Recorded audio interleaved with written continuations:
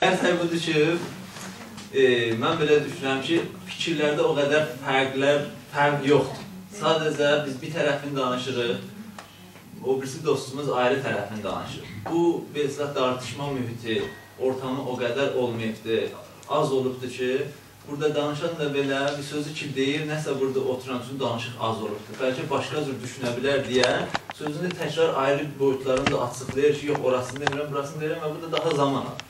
Ona görə mən bunu düşünürəm ki, nə qədər bu fikirlərimiz daha çox tartışılsa və hər kəs qarşı tərəfində bir sözünü nə cəhətdən dediyini daha doğru istədiyi kimi, yəni danışanın istədiyi kimi başa düşsə, bu qədər yəni belə radikal düşüncələrdə yaranmasına gərək yoxdur. Amma burada indi mən son çıxışda deyirəm, Mahmud bəydir, amma burasını deyim ki, mən burada yekunlaşdırmaq qəsdimiz yoxdur bizim. Yəni, mən burada bir qətnamə kimi deyəm ki, burada bu nəticələri aldıq, pəs belə, sol hərəkət belədir, elədir, yox.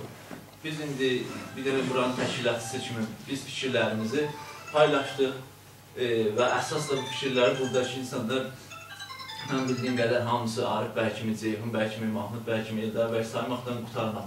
Hamısı təcrübəli bir insanlardılar və sadəcə biz onlara dərs pəs vermək kimi paylaşırıq ki, onların süzgəzindən, onların təcrübə demək sınavından keçsin və bizim özümüzə gəlsin. Ayrı bir qəsdimiz yoxdur, burada da yekunlaşdırmaq deyil. Sadəcə hər kəs sözünü deyir və burada oturanlar da o cümlədən mən onu öz beynimdə analiz edirəm, yaxşısın, pisin, hər tərəfin özünü düşünürəm və onu da lazım olsa istədiyim yerdə qabağa aparam.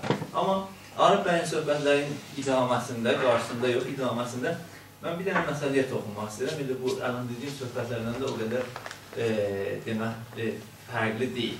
Bilirsiniz, nasionalizm, sosializm, Arif bəy çox gözəl işarə edərlər. Məmməd Əmin Rəsulzadənin Milli Təsamül kitabında bu ki, nə radikal liberalizm, nə də radikal kollektivizm, bəlkə Milli Təsamül adında gözəl əsərində bunu açıqlayırlar ki, milli sosializm. Amma bunu mən nəzərə almadan bu tərəfini deyirəm, yəni demirəm ki, bunlar bir-birinə yaxındır. Bu birisi tərəf nədir? İndiyadan dünyanın belə cümləliyində olan dünya bir nəfrət etdiyi bir nasional, bir sosial-nasionalizm var, nazizm var. Nazizm, sosial-nasionalizmin, sosializmin, nasionalizmin nə idi? Demək, ixtisarı da olub, nazizm, Hitler onunla gəldi demək iş üstünə və bəşəriyyət tarixinin ən azı, ən fazəvi bir olayını yaratdı. 57 milyon nəfər təkcə Avropada qırdı. Yaxşı, indi baxırıq ki, bunun siyasətlərində heç bir sosializmlə ilgili bir şey yox idi. Sadəcə faşist və həm də aşırı dərəcəsindən. Amma niyə bu sosializmi kullanmışdı öz şuarlarında? Nasionalist, sosialist. Bunu yuxarı yüksəldiyi zaman 1930'lara qayıdır. 1930'larda dünyanın gündəliyi təkcə sol təfəkkür idi, sol qüvvələr idi. Almanda, Avropada məxsusən Sovet kimi güc yaranmışdı və bunun təsirində dünya bunu danışırdı. Həm qorxudan, həm tərəfdarlarından hər yerdə. Latin Amerikadan tutduq, İran kimi 3-cü dünya ölkəsində. Niyə bunu götürürdü?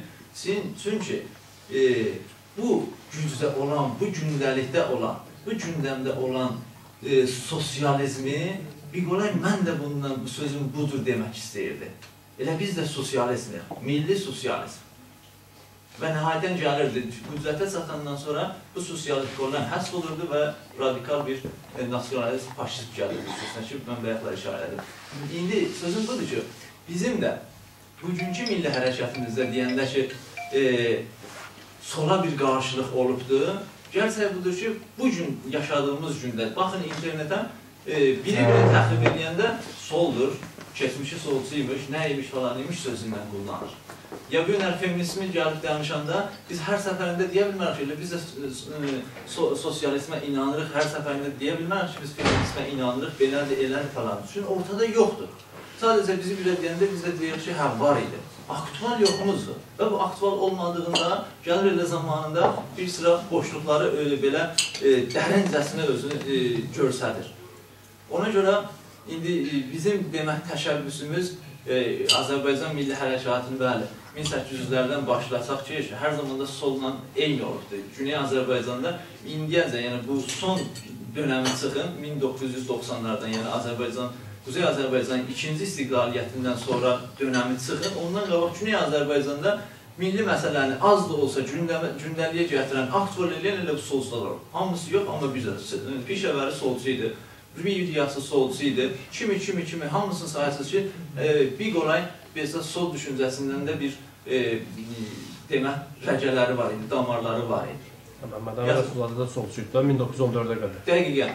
Yəni hətta federalizmlə bağlı da demək olar ki, ayrıdır. Milli məsələyə görə sosial-demokratlardan ayrıldı. Dəqiqən. İndi söz budur ki, biz bu indiki olduğumuz durumu doğru düzgün təhlil eləməliyik.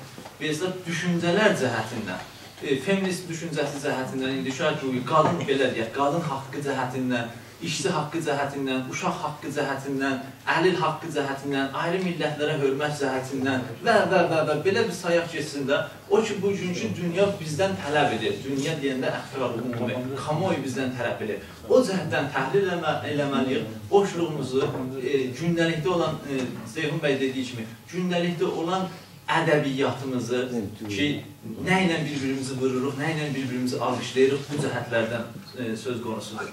Və o boşluqları dolduraq. Görünən budur ki, indiyəcən milli hərəkəti, bu son 20 ili deyirəm mən, yəni milli hərəkətin bu dönəmi, sol düşüncəsinə bizdə bir demək, analiz olmadan, açıqlanmamış, təhlil olmadan bir antipati vardır və bu da bizim enerjimizi hərdən özümüzə tərəf tükədir, özümüzə qarşı tükədir, hərdən də biz bir sıra insanları özümüzdən qovuruq və demək, xoşlayırıq ki, bizdən qovulsunlar və onları təxrib edək. Bu cəhətdən mən fikirləyirəm ki, bu sol düşüncəsi, yəni sol deməkdə işçi haqqı və buna tay söhbətlər artıq gündəlikdə olmalı, aktual olmalı, danışılmalıdır.